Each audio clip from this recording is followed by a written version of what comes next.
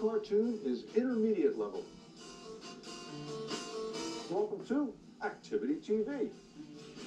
So you want to be a cartoonist? Then you've come to the right place. Hi, I'm Bruce Blitz, and in a moment, I'm going to show you how to sketch a Halloween cartoon that you can definitely count on being scary. Count being the key word because we're going to draw Count Dracula. Here are the art supplies you'll need to get started.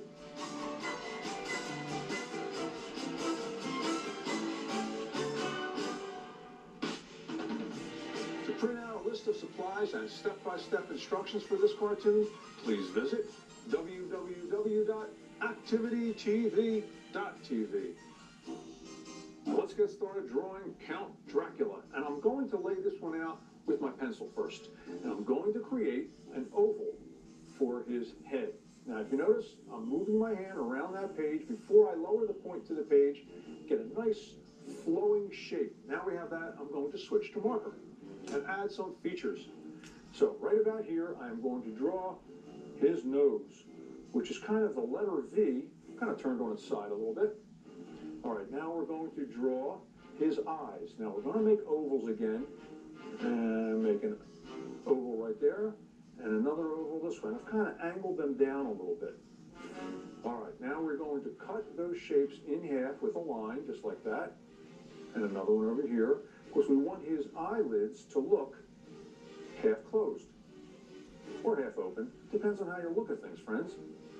Right over here, we're going to draw his other eye. He's peeking out the side, see?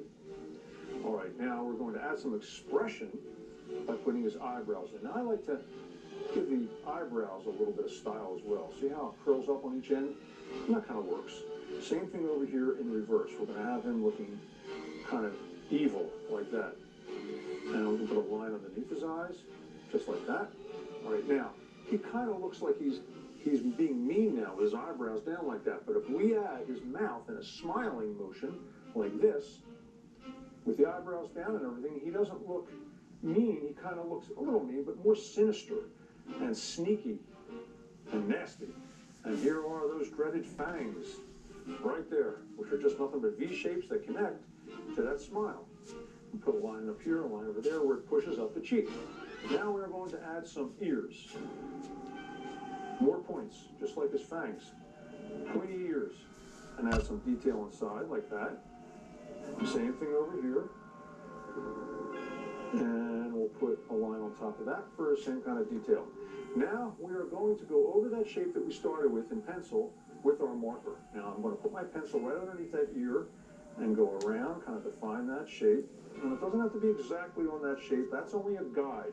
I'm going to do the same thing up here. I'm going to go a little bit above that shape. Of course, I need that room, but it was still something to build upon, and that's the main thing. Now we're going to give him kind of the hairline that he's known for, kind of a widow's peak. Comes down like that, which is the letter V, and maybe a little on the side like that, and then we'll just color this in. Now his hair is going back, so we'll give him up and down strokes like it was being combed straight back, and over here we just have to darken that in. You can give him little sideburns there. And over here, same thing. Okay, now that we've got that down, I'm going to take my eraser, and I'm going to erase the shape that we started with, because we don't need that anymore. It was just for a guide. Over here, we're going to add his suit, which is going to be kind of a V shape that comes from his head. It comes up just like that. He's a very spiffy dresser. So let's give him a circle there, and we'll make a big white tie. Almost looks like a bone with a circle in the center. Of course, it's fabric. We can give it a little detail, like those lines there, like it got folded a little bit. And let's see, well, he's a count. Sometimes he wears his medals around his neck from his title, being the count, which is nothing more than a cloud, like that. And put a little detail in there. Later on, we'll color this in. We'll make it like yellow, so it'll look like gold.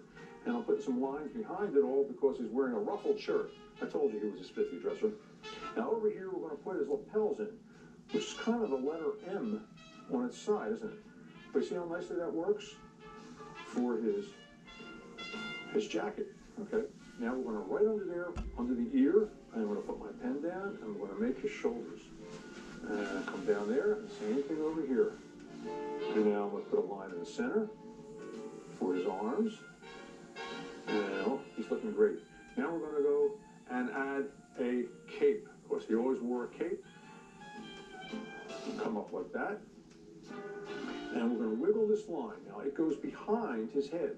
So we're going to wiggle that line and stop at the ear because his head overlaps. That means goes in front of that cape in the back. And we're going to continue it over here and then come back down for his cape. Now we're going to also double this line for his actual cape. All right. Now we're also going to add something to round out this whole scene. Right over here, we're going to make a circle, and that'll be for the moon. And also we can put some bats, which are nothing more than these broken lines like this. One here, one there. And if you want, you can even add some detail to that. Some jagged points on the bottom, because bats have those kinds of wings.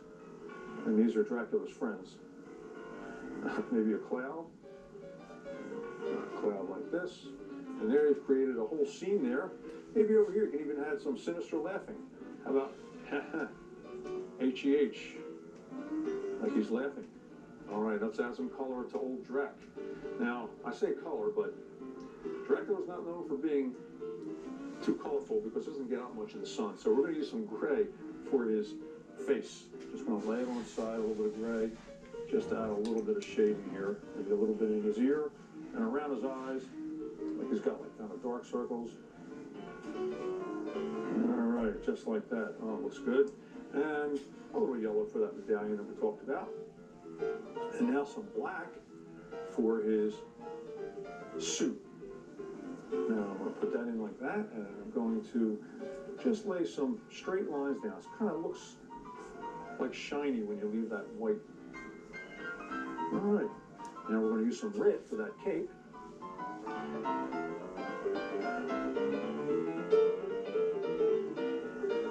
All right, and maybe down the side. And there he is, Count Drac. And you know, a great way to practice is to go through all the holidays that there are, because each holiday has its own set of props, costumes, and a whole set of circumstances associated with that holiday. It's great for cartooning ideas. I'm Bruce Blitz saying thanks for being with me, and keep on cartooning.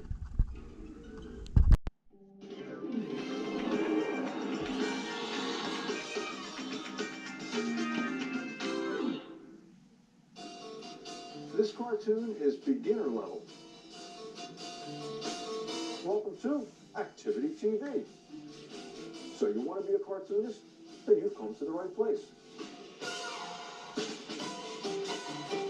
Hi, I'm Bruce Blitz. Today we are going to draw a witch cartoon, a Halloween witch from the letter W. Here are the art supplies you'll need to get started.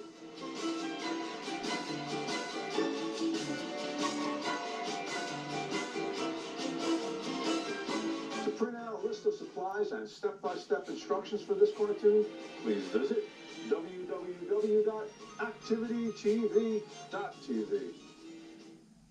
We are going to draw a witch from the letter W, and that's called a doodle trick. And doodle tricks are when you take numbers or letters or even words and turn them into a finished cartoon. We can take the letter W and use some of that letter W to create the witch. I'll show you what I mean. First we'll write the letter W. Now what we're going to do is I'm going to turn the paper on its side just like that. All right, now we're going to draw the features so we can use part of this W as a foundation. So right over here, I'll make a circle right at the top part. I'll make a circle like that. Let's cut that circle right in half. And we'll have the eye looking right at us. So make a circle and fill it in except for that little white spot. All right, now this is her nose, and this will be her chin. So if this is her nose, let's add a nostril to it, a little detail. A line like that. And maybe a little puffiness underneath her eye. Just like that. And maybe even a mole. All right, now we need a mouth for expression. So let's give her a smiling mouth like that, and a line where it pushes up the cheek. And let's see, maybe a V shape to connect to that line, and it makes her smiling. Now let's give her a witch tooth right in the center, which is like a square. And under here would be her tongue, and we'll just darken the rest in, because that's inside, and it will be dark. And there she is. We can even add a lower lip if we want, just a little U shape, just like that. All right, now we're going to draw a witch hat. Now we're going to kind of break these lines a little bit, make them kind of jagged, because it wouldn't be a really beautiful hat. It would be broken. It would be kind of old, just like she is. Maybe double that line a little bit. And a little bit shabby, just like that. Okay, now we're going to draw the top part of the hat. And we're going to break that line up as well. And come back. Of course, it comes to a point. Now for her hair. Well, she doesn't have beautifully combed hair, does she? So we're just going to make it kind of look like a straw. And we can add those lines any which way. It doesn't really matter. Maybe a couple coming out, a little funny like that. And a couple going into her face a little bit. And here's her body, which we're just going to draw kind of where her outfit starts. And we're going to add some color to this witch. And I'm going to use green. That's right. A green witch. So I'm laying my chalk on the side, and I'm going to color that nose in. And come back. And same thing with the chin. And this doodle trick is coming out very well.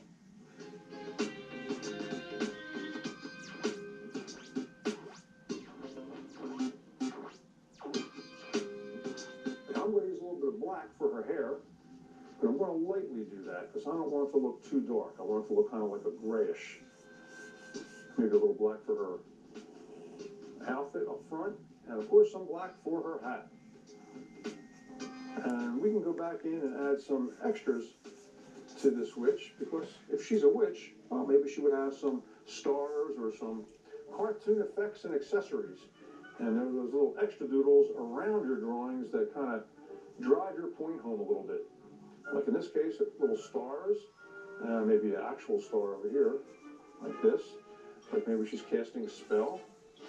And you can put as many of these in as you want. It is your cartoon. It is your cartoon world. And that's how you draw a cartoon witch from the letter W. And remember, practice is how you get better. And you'll get better with every piece of paper that you use. I'm Bruce Blitz saying thanks for being with me. And keep on cartooning.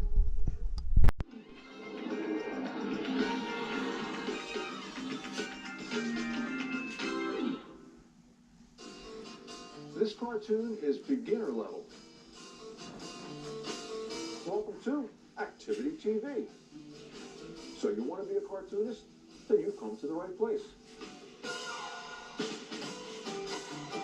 Hi, I'm Bruce Blitz.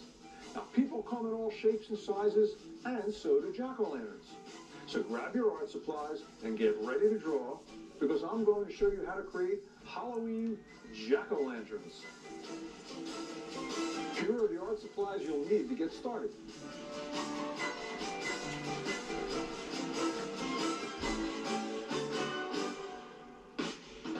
To print out a list of supplies and step-by-step instructions for this cartoon, please visit www.activitytv.tv. All right, let's get started, and I'm going to draw 3 jack-o'-lanterns, each one with their own kind of personality. You'll see what I mean.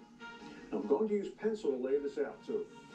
So I'm going to make a circle right there, and another one a little bit higher, because as I said, people come in all shapes and sizes, and so do cartoon characters. In this case, jack-o'-lanterns. And this one here will be a little smaller, kind of peeking out the side. Now that I have this laid out with my pencil, I can switch to marker and ink it in.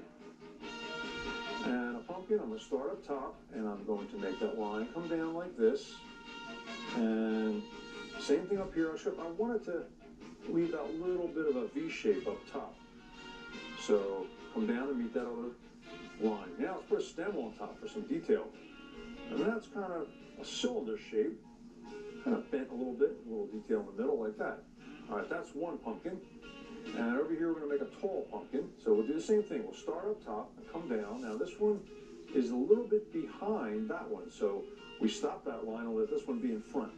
Now let's continue it down here and go all the way up. Pumpkins come in all different shapes and sizes. You've seen that. And meet that line as well. And put a stem up there as well, same way. Okay. Now this little guy over here, same thing. He's being hidden a little bit by this one. But we'll draw him. Stop when it gets to that one. Come around. And meet that line again. Just like that. Okay, now we're going to put his stem in. Okay, now I'm going to take my eraser and erase all the pencil lines that we used for a guide. Just kind of to help us lay out our cartoon for positioning. Now I'm going to put some detail on these pumpkins, and I'm going to use a very, very light line, and I'm going to leave it purposely out of the center of the pumpkin because I want to leave that for their facial expressions. So let's make some lines like this, because they are pumpkins and they have those rigid. Now we're going to go in and we're going to add some facial expressions. Now facial expressions are what make your characters appear to be thinking and reacting, like with emotions, like we do in different situations. Okay, now the first fella here, he's going to be scary. That's right, downright scary. So we're going to draw his eyes like this first. That's a C and a backward C. And right in the center, close together, we're going to draw two black dots with a little bit of white in the center. And his eyebrows down, because he is going to look scary. That is going to make him look that way. If we had them up, he wouldn't look too scary. And you'll see that in the other characters as well in 1 second. All right, I'm going to thicken that up too. Maybe a line in the center. All right, he looks scary already. I'm going to make a nose for him. I'm just going to give him a triangle. Just like that. Now for his mouth. Well, I want him to look scary, so I'm going to have that line all broken up. And I'm going to have it like in a smile. And this makes him look scary and sinister and sneaky. And if you want, you can even kind of go over that line again, kind of open it up a little bit. Because if it was a pumpkin, it would be carved, and it would give you a little bit of dimension that way, like it looks like the inside. And that's what we're going to do for him. We're going to put a little shadowing underneath, like he's planted on the ground, and connect that to the other shapes as well. All right, now this will tell the whole story. If this guy's scary, how about we draw this fella up here with some eyes, same way, a C and a backward C, and we're going to cut that right in half. And he's looking at the scary guy, kind of peeking out the side of his eyes. We're gonna love just like this, I guess. Scared, looking at him. His eyebrows are up. See? He doesn't look angry when his eyebrows are up. Sometimes it's just one facial feature doing something else that changes the whole expression. All right, now let's give him a nose. Let's give him a long nose like this, come down. You really can't go wrong. Noses don't affect facial expressions anyway. How about some lines around his eyes, like they're shaking, because he's a little scared. Now for his mouth, we're not going to make a big thing out of it, just a couple little wavy lines like this, and that's all. And he looks like he is thinking about something. Matter of fact, we can even add a caption to what he's thinking over here. How about G-U-L-P, gulp, because he's a little bit scared. Maybe some cartoon effects and accessories around that to show that he's scared. This one here, let's go back and go boo, B-O-O, because that's his background thought and his expression. Now over here, we're going to draw this fella here who doesn't care about anything. He's just laughing at the whole thing. He's not scared. He's laughing at this fella for being scared, maybe. Who knows? His eyes are going to be closed. Now, not closed where we use a U shape. He would look sleeping. Here we have him closed going up and down, which means he looks happy. And let's have his eyebrows going up. And a big smile with his mouth open, because he's going to be laughing. And a little line up there. All right, let's give him some zany, wacky Halloween teeth. And here's his tongue. And the rest, well, that will be all darkened in because that's inside. Now let's give him a caption for him. How about yuck? Yuck, yuck. 3 yucks will do it, I think. And there you have it. Now let's add some color to these 3 characters. Now I'm using a little orange, and I'm going to go down that shape, laying it on its side, just like that, and both sides. And what I like best about drawing cartoons is that how you can make anything come to life in the world of cartooning. I mean, here we have three inanimate objects, things that don't actually live. I mean, they're plants and they sort of live, but here we gave them a personality by giving them facial features and all that. So that's the best part about cartooning and creating your own cartoon world. The same thing over here. All right, now some red. Or maybe some cheeks. Have them red. Over here as well. Let's see, his tongue would be red. And maybe, you know what? I'm gonna use a little bit of green for that. Just to give a little more color to the drawing. And some blue to kind of bring out the whole drawing with some lines. And there you go, 3 Halloween jack-o'-lanterns with 3 different cartoon expressions. I'm Bruce Blitz saying thanks for being with me, and keep on cartooning.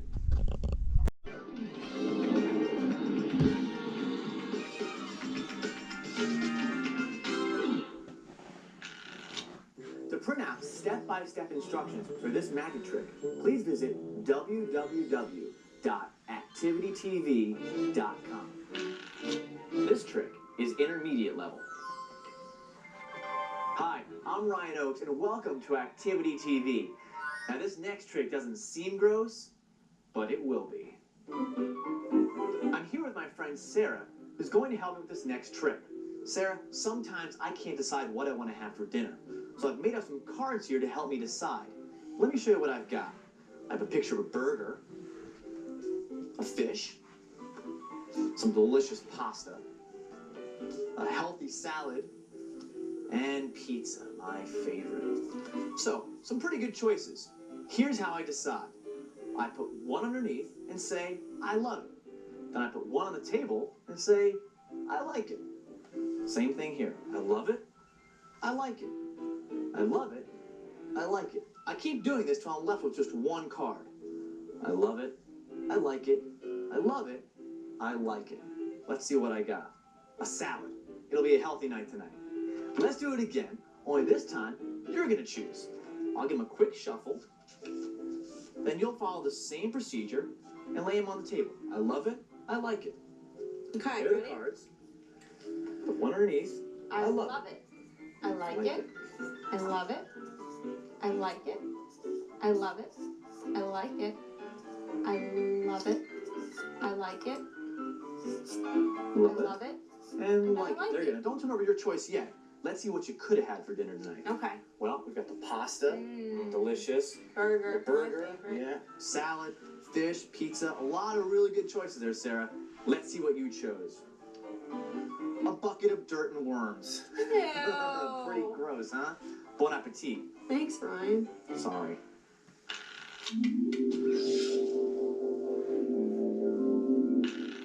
Here's what you'll need to get started. 6 blank note cards and some pens or markers. Now, while Sarah's off eating her worms and dirt, I'm going to show you how to do this fun trick. To start, you'll need to make 6 different cards. Take blank note cards, and on 5 of them, you'll make tasty foods, and on the 6th one, you'll make something disgusting. I chose worms, or earwax you could use. Anything. Just make it really, really gross. You can draw the pictures if you're a good artist, or you can cut out pictures from magazines or search for images on the internet. I chose salad, fish, a burger, pasta, pizza, and then my disgusting card, the worms. Now to start, you'll place the 5 foods on top of the pile and the disgusting card face down on the bottom. That's all you need to do in order to set up the trick. Tell your audience that you have a number of cards with different foods on them. Don't actually say how many you have, but indicate they're different foods. Show them one at a time by peeling them off, showing the card, and then turning it face down and putting it on the bottom. The fish, the burger, the pasta, and finally, the pizza. What you've now done is placed the 5 tasty cards face down on the bottom, and the gross card is on top. They will never have seen the gross card. You're now going to show them how you choose. You place the top card on the bottom and say, I love it. You place the second card on the table and say, I like it. Continue in that fashion till you have only one card left. I love it. I like it. I love it. I like it. I love it. I like it. I love it. I like it. You'll now have one card left, and it'll be one of the tasty foods. This time I got the pizza. Place that card on top of the others, and then have your friend repeat the process to choose their dinner. Now you'll tell them you're going to shuffle the cards. Actually, you're really just going to reverse the order. To do that, place your thumb and your fingers on the sides of the cards, and use the thumb of your other hand to peel each card off one at a time into your hand. Do this with all 6 cards. You'll then hand this stack to your friend and tell them to follow the same procedure that you just did. Take the top card, put it on the bottom, and say, I love it. The next card goes on the table and they say, I like it. Again, continue this fashion until you're left with only one card. I like it. When they're done, they'll be left with one card, but don't let them turn it over just yet. You're first going to show them all the cards they could have had. Delicious options. Pasta, fish, pizza, burger, lots of great choices. Of course, you're just setting them up for the big finale. Turn over their chosen card to reveal a bucket of worms. I guarantee they're going to be pretty grossed out.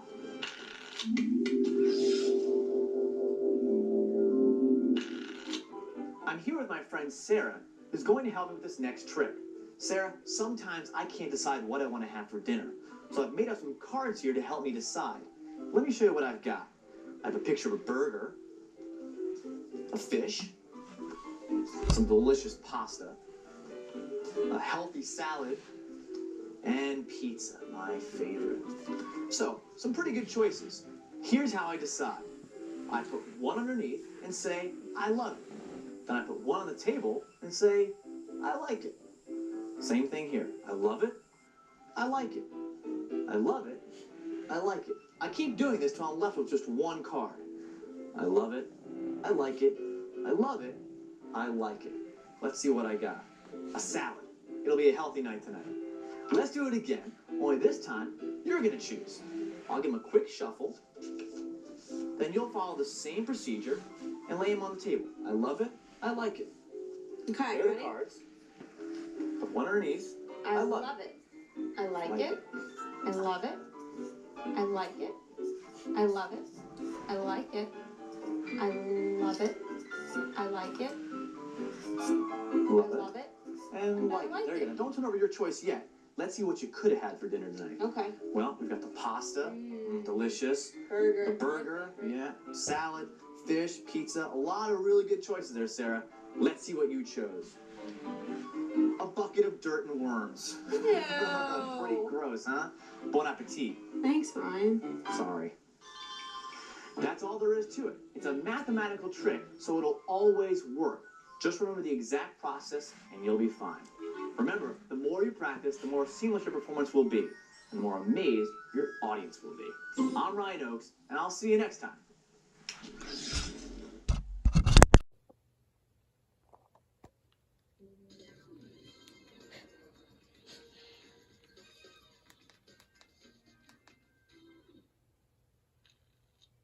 To print out step-by-step instructions for this magic trick, please visit www.activitytv.com. This trick is intermediate level. And welcome to Activity TV. We're performing some gross magic, and I can't think of anything grosser than dirty laundry. And today, well, it's laundry day. Are you a messy eater? Yeah, I thought so. Well, some foods are just messy. And I have here some very dirty cloth napkins with some pretty gross stains. We've got some spaghetti. Oh yeah, that was a drippy orange popsicle.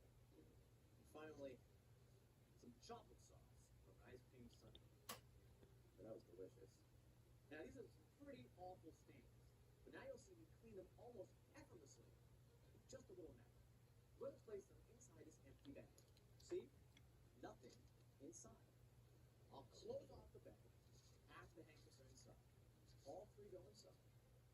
Now close up the bag, but first, we're blowing it away. Watch.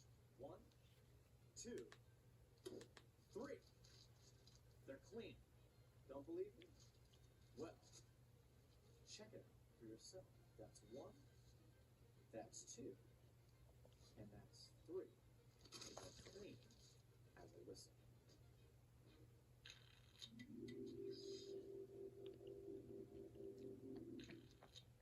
Here's what you'll need to get started. 6 white handkerchiefs, 2 paper bags, a pair of scissors, and paint or markers. Now it's time for you to learn how you can construct your own dirty laundry illusion. It's a lot of fun and it's pretty easy to do. You'll need to start off with 6 white handkerchiefs. You can get these at a men's clothing store. 3 of them you're going to leave nice and white. The other 3 you're going to make dirty. Now you can do this any way you'd like, with markers or paints, or with real food if you like. I just took some markers and colored some nasty stains on them. Just that easy. So 3 dirty stains and 3 clean handkerchiefs. You'll also need 2 paper bags, the same size, and a pair of scissors. You're going to construct a secret compartment into the bag. Here's how you'll do that. You'll start by cutting off a portion of one of the bags. Use your scissors to cut off about 2 to 3 inches from the top of one of the bags. Throw that piece away. Take the larger bag, open it up, and place inside the 3 clean handkerchiefs. Now I suggest folding the handkerchiefs in an accordion fold to make it easier to retrieve them later. Just like that. Accordion fold them and place them at the bottom of the bag. Back and forth, back and forth. Again, into the bottom of the bag. And then the last one. All 3 at the bottom of the bag. You'll now take the bag you cut earlier and open that bag inside the larger bag. Push it all the way down to the bottom and line it up nicely. Leave about 1/4 inch protruding from the top. You'll now take the 2 tops of the bags together and roll them over as one. Watch close. Pinch, pinch, and just fold it over. Now because the inside bag was protruding slightly more than the larger bag, when it's folded over, you'll only see one edge on the top. Make the crease nice and strong, and then fold the back up all along. You can now very plainly see there's nothing inside the bag. It's completely hidden at the bottom. You'll then place your 3 dirty handkerchiefs inside the bag. 1, 2, 3. Your preparation is done, and you're ready to perform the trick. To start, bring out your bag and introduce your 3 dirty handkerchiefs. Make sure your audience really sees that the handkerchiefs are completely dirty on both sides. All 3. You'll then show the now empty bag. Turn it towards your audience and make sure they see there is nothing inside. Place the bag on the table, and then place the 3 handkerchiefs back inside the bag. You'll now neatly close up the top of the bag, grab it with your fist, and lightly blow a little bit of air into the bag. Now the bag's pretty full, so it won't inflate that much, but just enough will help. Squeeze the top of the bag, like so, with your thumb and first finger. Then, clap your hands together, and the bags will pop. Watch. Just like that. 99% of the time, just the outside bag will pop. That will expose the white clean handkerchiefs at the bottom. Turn the bag towards yourself with the hole facing you, and reach in and pull out 1, 2, and 3 because you folded them earlier, they'll neatly come right out of the bag and very easily show they're clean on every side. Now, when your audience is looking at the handkerchiefs, you'll casually take the bag, crumple it up the rest of the way, squeeze tightly so the dirty handkerchiefs are compressed inside the bag, toss it aside, and then bring the focus back to now magically clean handkerchiefs.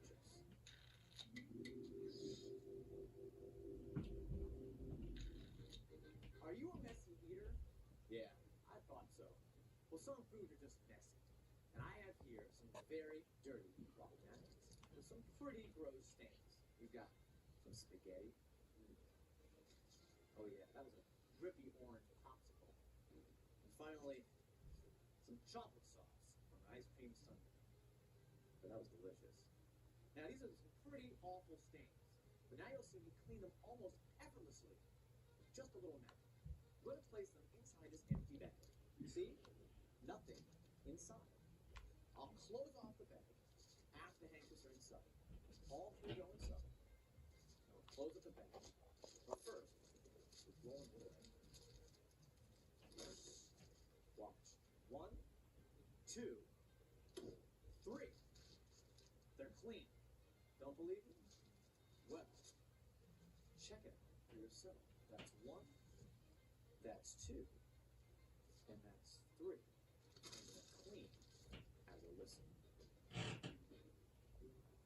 It's a creative trick. You can have lots of fun with it. I'm Ryan Oakes, and I'll see you next time.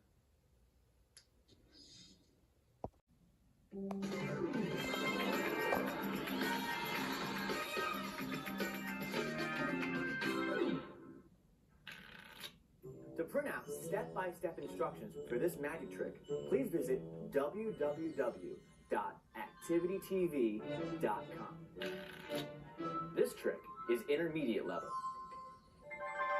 Hi, I'm Ryan Oakes, and welcome to Activity TV. Get ready to be amazed with my amazing mental powers. For this trick, we're going to need the help of a friend. So Sarah's going to help me out for this one. How you doing, Sarah? I'm good. How are you doing, Ryan? Doing great. We're going to do a card trick together, but we're not going to need the whole deck. We're just going to use 6 different cards. Now, I've chosen these 6 cards for a special reason, because the design is symmetrical. You can see here, if you imagine a line down the middle, it's the same this way as it is this way. It's exactly the same either way. Now, that's not the case with the, say, the Ace of Hearts. You can see the hearts pointing up this way. If I rotate it, now the heart's pointing down. So, these 6 cards are symmetrical. We're going to spread them out here across the table. And I'm going to have you mentally choose one of the cards. Now, you've heard of people with photographic memories, right? Yeah, I have. Well, I've been working on mine. So what I'm going to try and do is remember exactly the placement of the cards. Okay. And then I'm going to turn my back on you. When my back is turned, I'd like you to take any one of the cards and rotate it end for end, 180 degrees. All right? All right. I'll try and figure out which card you turned around. So, here we go. I'll turn my back and just turn one of the cards now, Sarah.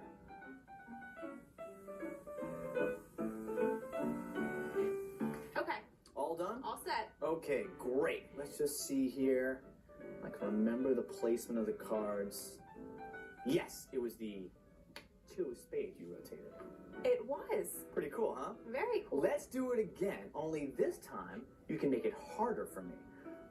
I'll place the cards back down. I'll turn my back. You rotate one of the cards again, only this time, if you'd like, you can wiggle some of the other cards to make it a little more difficult. Okay. All right? So All let's right. take a mental picture again of the cards here. Okay, I got it. Go ahead, Sarah.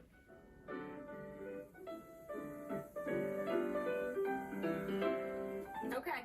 You're not going to get it. You don't think so? No. Let's see here. Yeah, you did move a bunch of them. This is going to be harder. But, yep, I still think it's the 10 of hearts. Okay, I don't know how you did it. Well, stick around. I'll show you in a minute.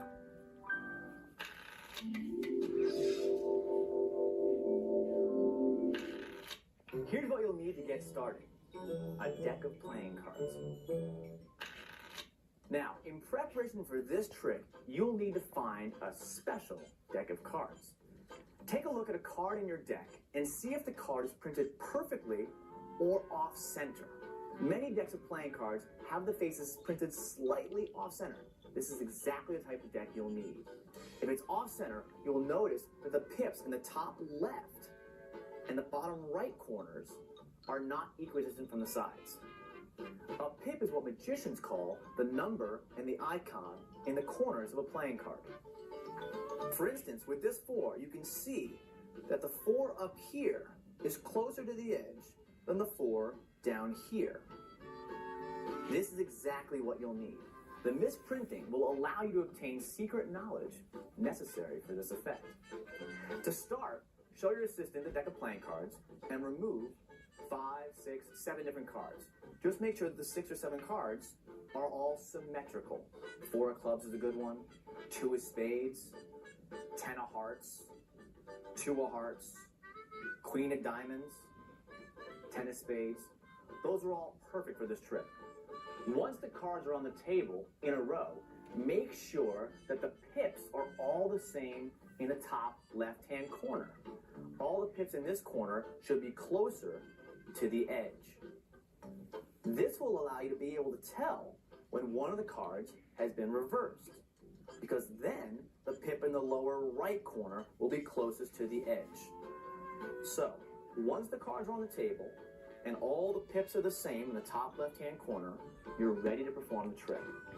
Ask your spectator to mentally select a card, then turn it 180 degrees upside down after you turn your back.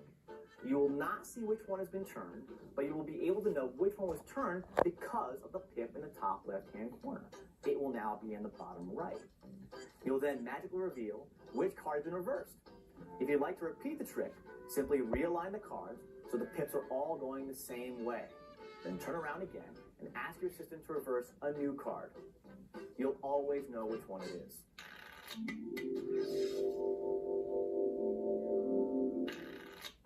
For this trick, we're going to need the help of a friend. So Sarah's going to help me out for this one. How you doing, Sarah? I'm good. How are you doing, Ryan? Doing great. We're going to do a card trick together, but we're not going to need the whole deck. We're just going to use 6 different cards. Now, I've chosen these 6 cards for a special reason, because the design is symmetrical. You can see here, if you imagine a line down the middle, it's the same this way as it is this way. It's exactly the same either way. Now, that's not the case with the, say, the Ace of Hearts. You can see the hearts pointing up this way. If I rotate it, now the heart's pointing down. So, these 6 cards are symmetrical. We're going to spread them out here across the table. And I'm going to have you mentally choose one of the cards. Now, you've heard of people with photographic memories, right? Yeah, I have. Well, I've been working on mine. So what I'm going to try and do is remember exactly the placement of the cards. Okay. And then I'm going to turn my back on you. When my back is turned, I'd like you to take any one of the cards and rotate it end for end, 180 degrees. All right? All right. I'll try and figure out which card you turned around. So, here we go. I'll turn to my back and just turn one of the cards now, Sarah.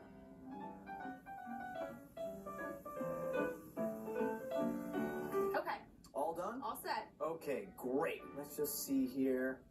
I can remember the placement of the cards. Yes, it was the 2 of spades you rotated. It was. Pretty cool, huh? Very cool. Let's do it again, only this time you can make it harder for me. I'll place the cards back down. I'll turn my back. You rotate one of the cards again, only this time, if you'd like, you can wiggle some of the other cards to make it a little more difficult. Okay. All right? So All right. take a mental picture again of the cards here. Okay, I got it. Go ahead, Sarah.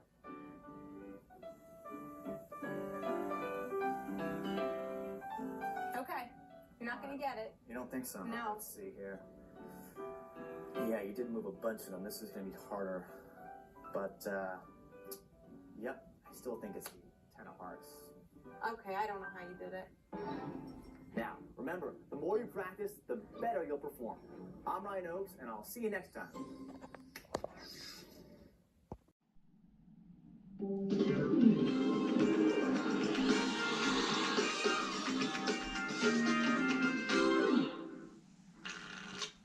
To print out step-by-step instructions for this magic trick, please visit www.activitytv.com. This trick is expert level. Hi there, I'm Ryan Oakes, and welcome to Activity TV.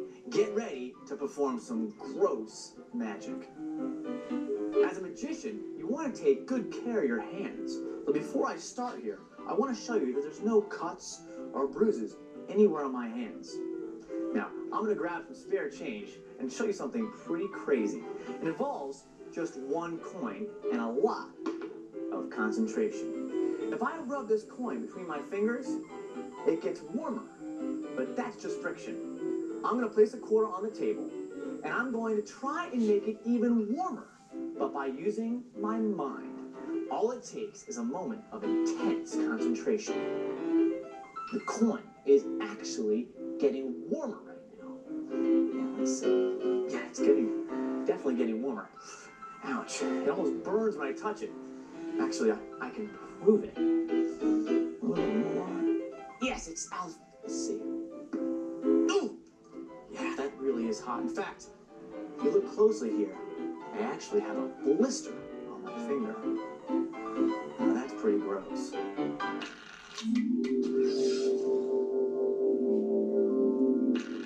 Here's what you'll need to get started.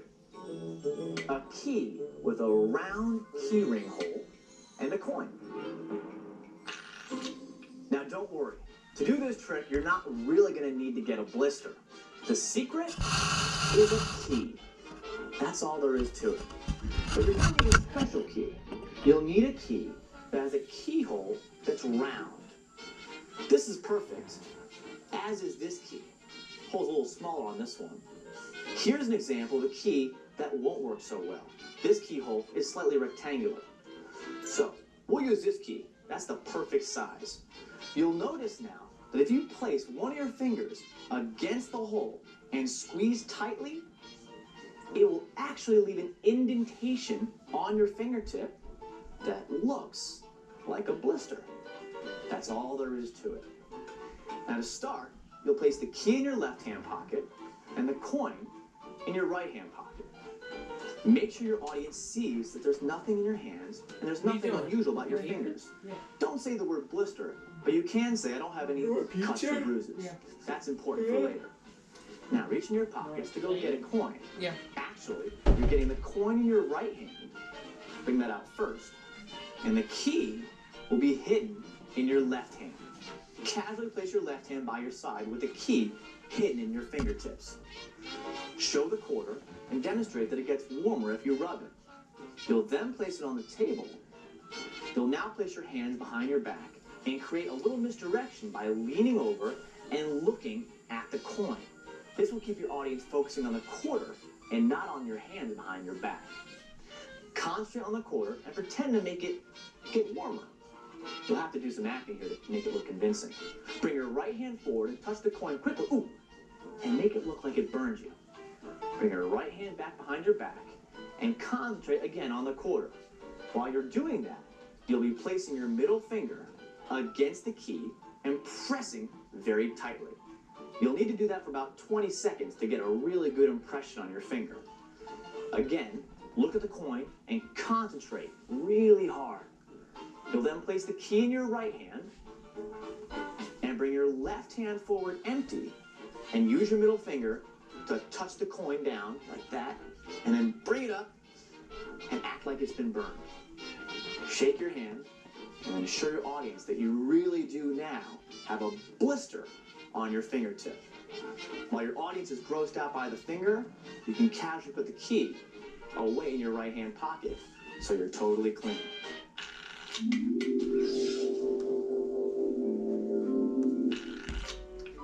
As a magician, you want to take good care of your hands. But before I start here, I want to show you that there's no cuts or bruises anywhere on my hands.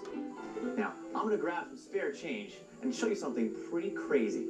It involves just one coin and a lot of concentration. If I rub this coin between my fingers, it gets warmer, but that's just friction. I'm going to place a quarter on the table, and I'm going to try and make it even warmer, but by using my mind. All it takes is a moment of intense concentration. The coin is actually getting warmer right now. Yeah, let's see. Yeah, it's definitely getting warmer. Ouch, it almost burns when I touch it. Actually, I can prove it. A little bit more. Yes, it's out. Let's see.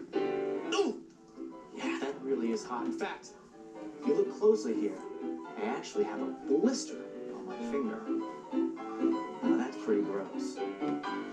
I guarantee your audience is going to be completely grossed out with this one. I'm Ryan Oakes, and I'll see you next time.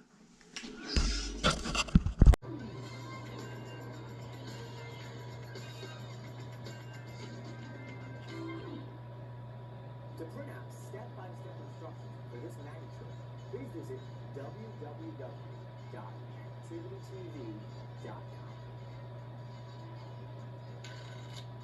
This trick is beginner level. Do you like to gross out your friends? Well, so do I. Stick around and I'll show you how. I'm Ryan Oakes and welcome to Activity TV. Do you want to see something gross? I mean, really gross. I'm going to break my nose. That's right. Just for your entertainment pleasure, I'm going to break the little bones in my nose. Now, getting closely here, because these bones are really small, I'm going to try to get them just right. Listen closely, and you'll be able to hear this. One. Oh, that's one.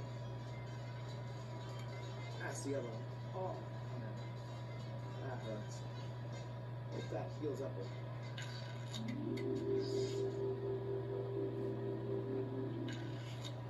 Don't worry, you don't really need to break your nose to perform this quick trick. The secret is that I'm actually putting my thumbnail against my teeth. That's where you hear the sound. Listen closely. That's what you heard, right? Well, in order to perform this, you'll need to hide the fact that your thumb is making the sound. Now, you're going to need to be a pretty good actor to pull this off. So to start, tell your audience that you're going to break your nose. That already gets them excited. They don't know what's coming. So then, place your hands up towards your face. Keep your thumbs out near your lips and your fingers up high. Reach over with both hands and feel around on the bridge of your nose. Make it look like you're trying to find the right bones. Then, bring your hands together as if you're praying. Now, for the purposes of this demonstration, I'll turn to the side and do it with one hand. Keep your thumb near your teeth and your fingers on the bridge of your nose. Now, you'll need to work on your timing, so the pop in your teeth happens at the same time you move your fingers, like this. You see that? That's what happens inside your hands when they're both closed together. Here's what it looks like when you do it in performance. Oof. Now make sure you squint your eyes so it really looks like you're hurting. Do it once one way, and the second time do it the other way. Again, same thing. Use your thumbnail, put it behind your teeth, and push over with your fingers at the same time you pop it. Alright? Hands together, bridging your nose, close your hands, with your fingers behind your teeth. That's one, that's two. Ah.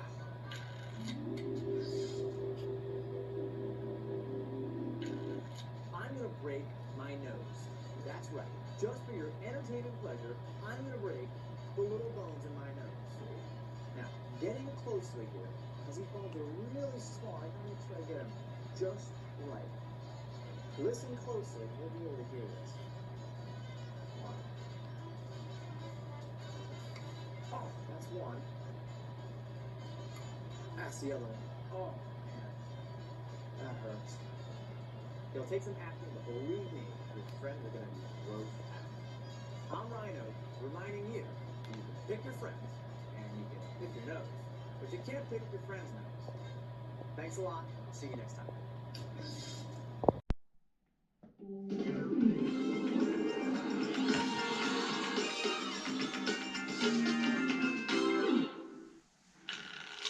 To print out step-by-step instructions for this magic trick, please visit www.activitytv.com.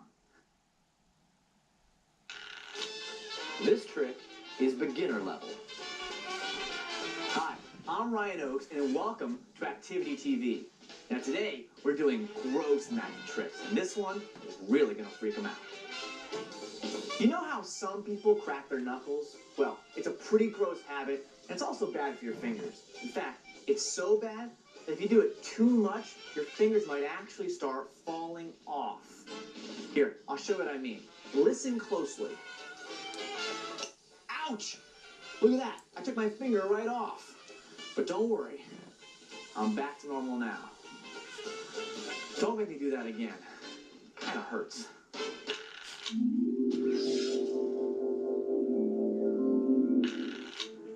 This is a really fun trick, and if it's done well, it's gonna freak out your friends. Guaranteed. It'll take some practice, but trust me, it's worth it. To start, place your left hand palm down and stick your thumb out. Take your right hand and grab your thumb in a fist. Now, rotate your fist. Simultaneously, take your middle finger and your thumb and get them in a position as if you're going to snap. You're not really going to crack your thumb. You're going to snap. And that's the sound your audience hears. So make the fist, and as you make the fist, get your fingers in snap position and snap. Make sure you time it right so that your fingers snap at the same time you jerk your fist forward. It'll really scare your audience. There, that's a snap. Immediately after you do the snap, you're going to take your left thumb and fold it all the way into your palm as far as you can. Take your right thumb and fold that one into your right hand, but try and extend it all the way so it's peeking out the other side. Take your fingers and curl them down at the same time to help it stay in place. This might take some practice, but just keep trying. Fold it down and bring your fingers down to hold it in place. Now, keep your hands together and then separate it quickly. That's the magic moment. It'll look like your fingers being taken off. Wiggle your thumb and show it over here. Now make sure your left hand keeps your palm all the way turned down so they don't see your thumb folded underneath. Bring the other hand out, quickly wiggle your finger, and then bring it back down. Then you're just going to reverse the process. Open your right fingers and let your left thumb go back in. Pretend to screw it back on by making a fist and rotating your hand. Then, open your fingers and show that both hands are back to normal. Let's do it again in performance speed with my hands up so you see what happens. Left thumb out, right hand twists, snaps, quickly thumb switch places, pinch the thumb, bring it out here, bring it back, release, and screw it back on. Now, this trick will be really a lot better if you do it quickly. Then it's so surprising that your audience can't follow what's happening. So give it some practice, and trust me, it's going to pay off.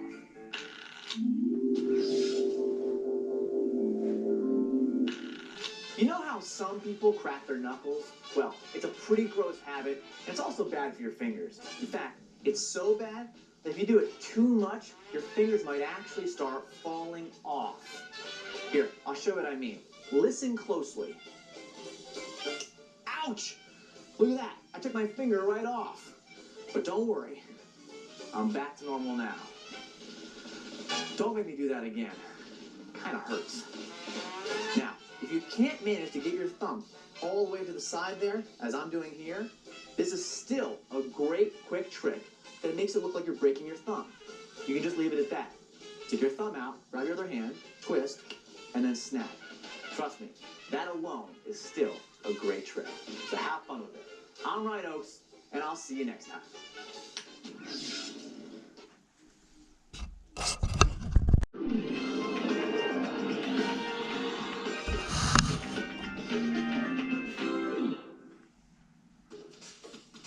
This project is expert level. Hi, I'm Dave Jadico, and welcome to the Activity TV Gross Out Lab. So you want to really gross out your friends at your next party? Well, I'm going to show you how to make a delicious cake that looks like your cat's litter box. Yum! Here's what you'll need to get started on this project. To print out a list of supplies or step-by-step instructions for this gross out craft, please visit www.activitytv.com. For the first step, we're going to take some white sandwich cookies, and I put them in a plastic bag, and we're going to smash them up into little pieces. Easy way to do this is to use a bowl, and just go ahead and smash them up.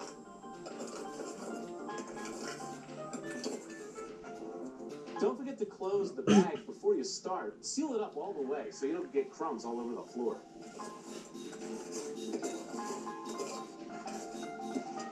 These cookie pieces are going to be the crunchy texture in the kitty litter. It's going to make it look really authentic.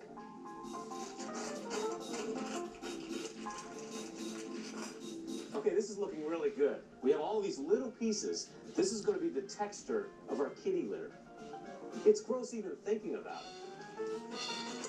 Okay, I'm going to set this aside, and we're going to use this in a moment. I have 2 dark color cakes and 2 light color cakes, and we're going to mix them together in this large bowl. I'm going to use 1 1/2 of each of the colors. Just go ahead and start breaking them up. Just get right on in there. It gets kind of messy, but you can clean up your hands afterwards. Make sure to have your hands really washed before you start this project, since you're touching all the food with your hands. All right, now I'm going to put in some of the brown cake.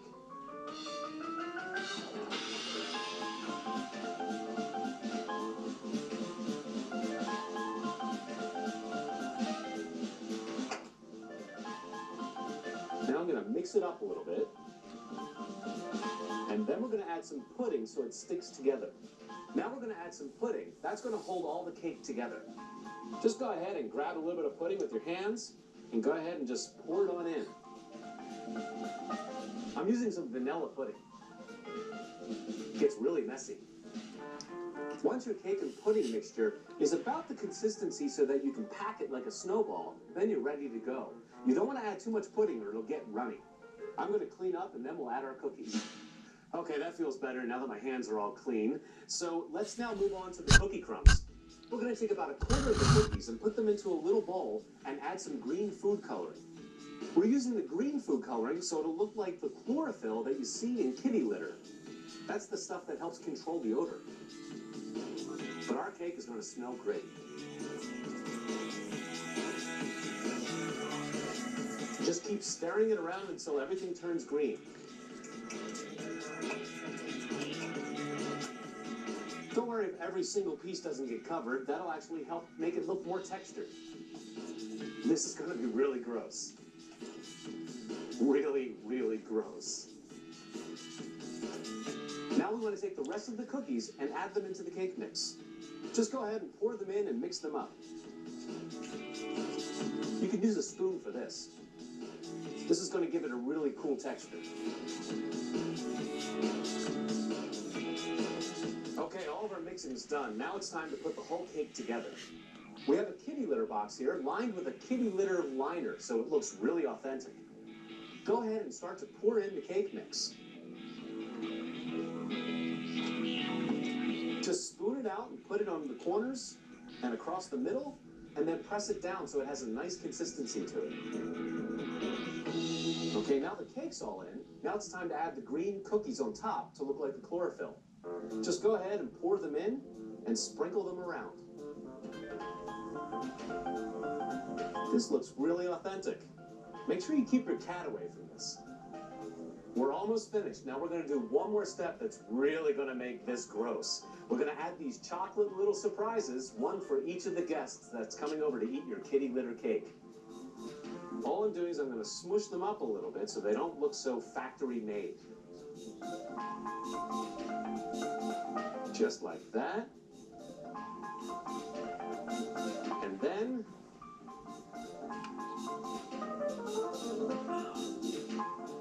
you can even roll them around a little bit. Just like that. Kind of bury it. Maybe smush another one up. Have it hang over the side. And one more candy surprise right here. Okay, that's looking really cool. All right, now we're going to add a newspaper. Like that. With the newspaper underneath, we're going to sprinkle a few of the little crumbs around the side so it looks like a cat was here. And when you serve it, you want to have the scoop right in there. Make sure the litter box and the scoop are brand new. That's very important. And we add that in there, and when you serve the cake, the scoop's in there, and you're ready to serve it using the scoop. A perfect kitty litter cake to gross out your friends. Thanks for joining me here in the Totally Gross Laboratory. I'm Dave Jadico, and I'll see you next time.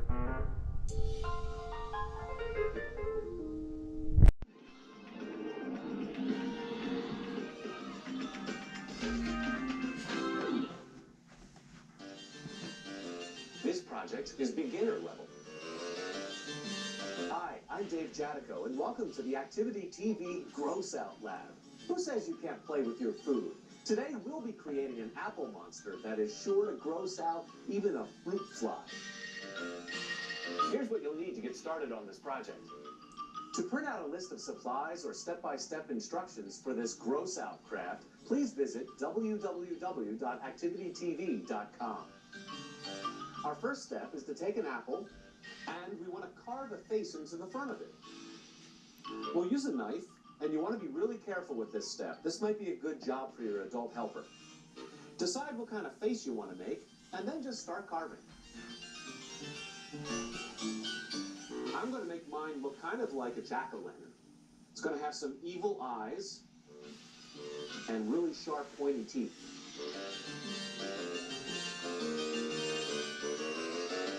Now you're just removing the outer layer of skin. You can use the knife kind of like a pencil and just draw along, and once you've made a complete circle or a complete line, use the point of the knife and pop out the part that you cut. Just like that. Just like you're carving a pumpkin. And there's our first eye, and now let's make a second one.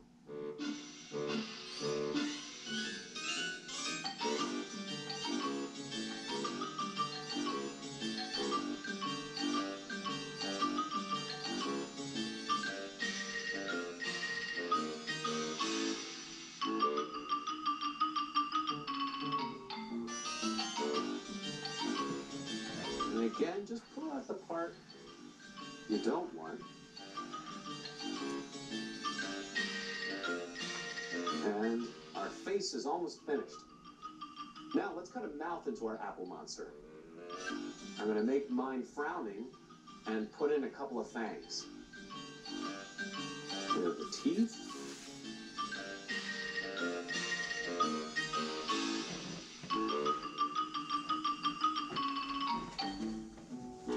Just take your time. Go nice and slow.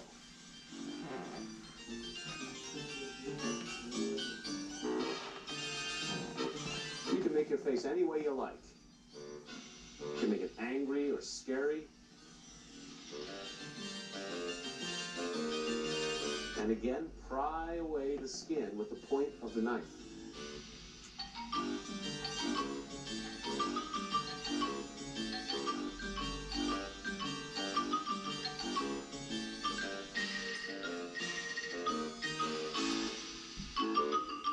Okay, there's our angry face. Now I'm actually going to put a couple of slices in the side too. And these are going to make it look like it has cheekbones. When it rots, these will sink in really tight. It'll look really gross. Now that the face of the apple monster is finished, we'll take some Q-tips and cut them in half, and they'll act as hair. If we pull out the stem, we don't need that anymore.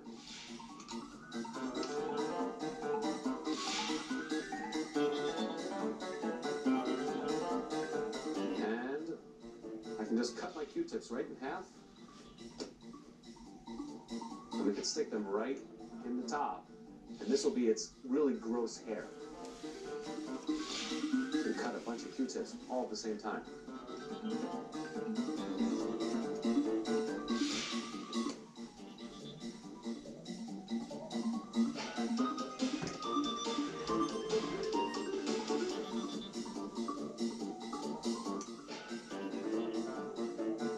There, that's starting to look really gross. Okay, the apple monster is all finished. Now we just have to put it on a shelf for about 2 weeks and let it rot away. Check in on your apple monster from time to time and see how disgusting it starts to look. Here are a couple apple monsters I made a few weeks ago. So these are already rotted. You can see how disgusting they get over time.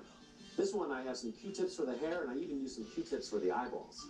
And look how rotted out the mouth is. You can also use different objects to make your hair and to make your faces. This one I used some wooden skewers, and instead of cutting them, I actually broke them so they're all kind of straggly at the top. And I jammed them in the top, and I made a different face on this fella. On this one, we used some really funky looking pipe cleaners for hair, and I wrapped that around a pencil and then stuck it in. And we used the Q-tips for the teeth on this guy. These apple monsters are really gross looking. And they're really fun to make.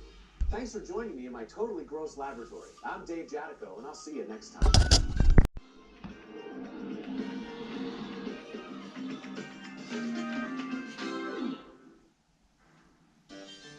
This project is beginner level. Hi, I'm Dave Jadico. Welcome to the Activity TV Gross Out Lab. Grab your barf bag because we're going to make something totally disgusting. Sometimes we use materials that require supervision, like scissors, so have fun creating these projects with an adult helper. Here's what you'll need to get started on this project. To print out a list of supplies or step-by-step instructions for this gross out craft, please visit www.activitytv.com. To get started, I'm using some clay, and this is the quick drying kind of clay. It's really useful for making projects. The first color I'm going to use is this beige color, and I'm going to roll it up into a little column, and I'm going to mix in some other colors. So I'll use a little bit of black, and roll it out, and then stretch it so it gets nice and thin. Then I take the color black and I roll it around the outside, just like that. Next I'm going to use a little bit of yellow, and this is going to make the puddle of barf. We'll add some other stuff to it later on, but this is the main part of it.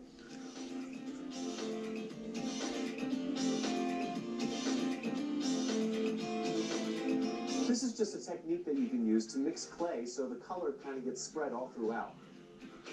So once you have it in there, then you just kind of start to squish it together.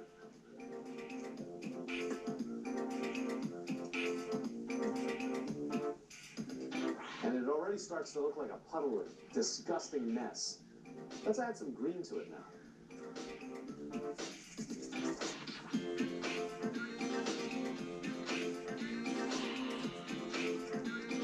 As you're mixing the clay together, don't mix it too much or it'll all turn back into one color.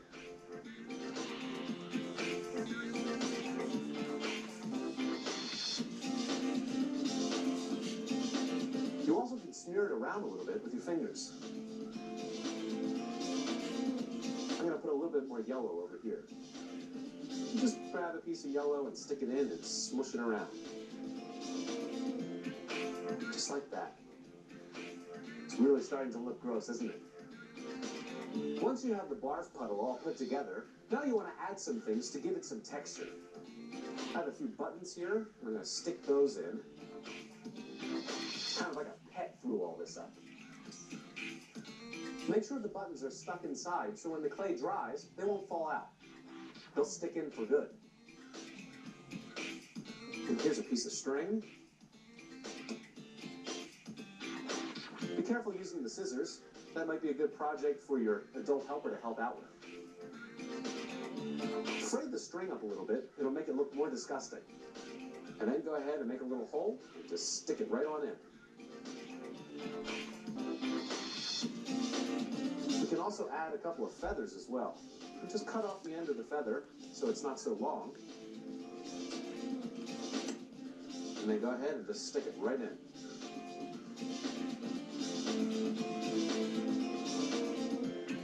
It's already starting to look pretty gross. I'll add a couple more feathers here.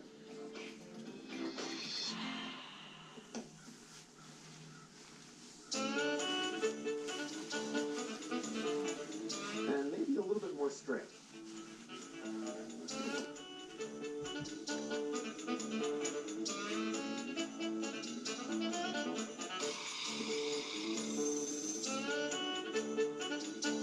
This is really starting to take shape. It really looks disgusting. Okay, now that the barf puddle is all finished, we can add some color by painting it. And I chose some really kind of disgusting colors here with the yellow and the green and this olive color. Let's get a little bit of paint and go ahead and just smear it on in a couple of spots. And this color is really disgusting, so this works well.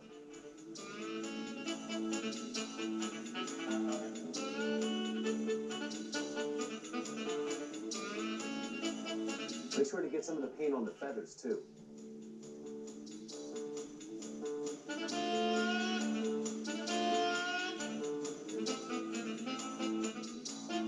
And let's add a little bit of yellow in here. This will create some light patches in our barf. Get a little bit on the buttons.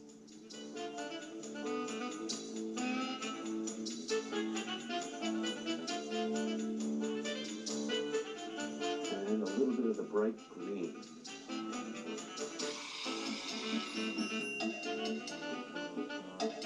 There we go. That is really looking disgusting. Look at that.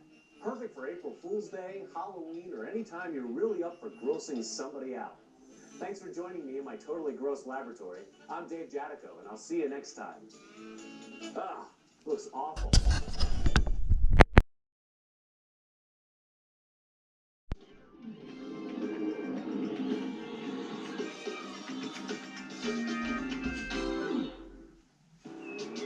It was a typical day in the home of our heroes, Chef Kurt, the master of food preparation, and the Hydra, the strongest creature in the world.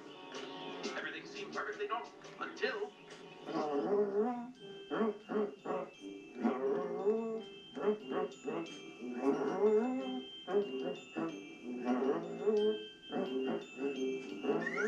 Looks like Hydra's doing his Easter dance. That must mean one thing. It's almost Easter. What extra special thing can we make for Easter?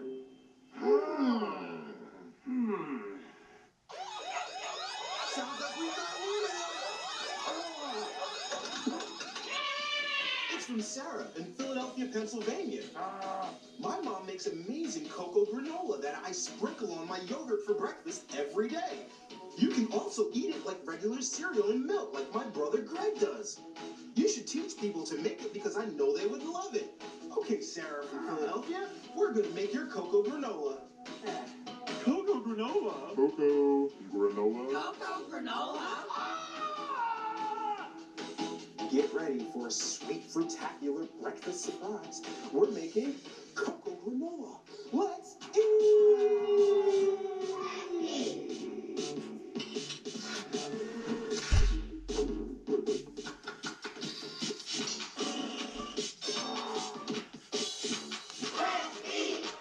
To make our cocoa granola, we'll need a quarter cup of unsweetened cocoa powder, 4.5 cups rolled oats, 1 cup shredded sweetened coconut, half cup of sunflower seeds, 1 teaspoon of salt, 1 teaspoon of cinnamon, 1 pinch of ground nutmeg, 1 pinch of cardamom, 3/4 cup light brown sugar, 1/3 cup of maple syrup, 1/4 cup of honey, 4 ounces of applesauce, 2 tablespoons of oil.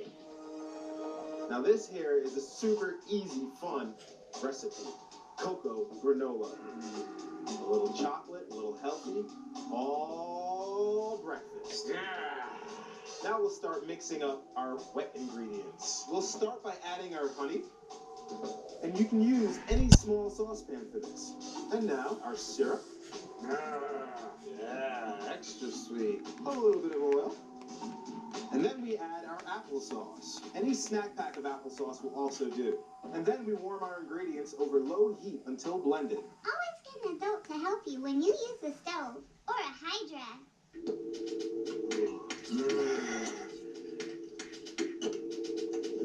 And after your saucepan is warmed up and your ingredients are all mixed together, you can set it aside to cool. And now we're going to take our rolled oats and add them to our main bowl. There we go. We're going to take our coconut shreds and add them to the rolled oats. Yummy. Extra yummy. Sunflower seeds. Sprinkle that on top. A little bit of cocoa, that nice chocolatey flavor. A little light brown sugar for you. Ooh. And next we add our salt. Cinnamon. Yum. A little bit of cardamom. And now we'll use our grater to grate in some fresh nutmeg. That's it, that's it. And now, I think we're ready for our trademark Hydra Mix.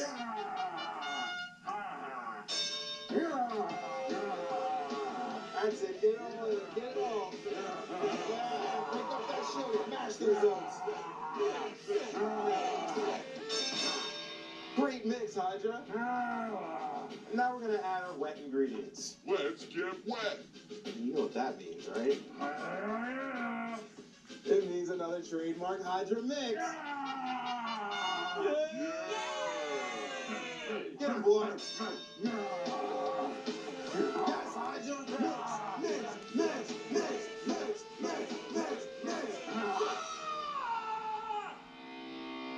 Wow. Now we're ready to lay out our rolled oats and mixture of all of our ingredients out on the pan. Ooh, look at that. That smells incredible. Now pouring out all of our mixture into our pan, evenly coating the pan. Patting it down so that it's well covered all over. And now we're going to place our granola into the oven for 40 to 60 minutes at 300 degrees. Oh, Hydra. Yeah, no one likes to eat granola fingers. Ovens get really hot.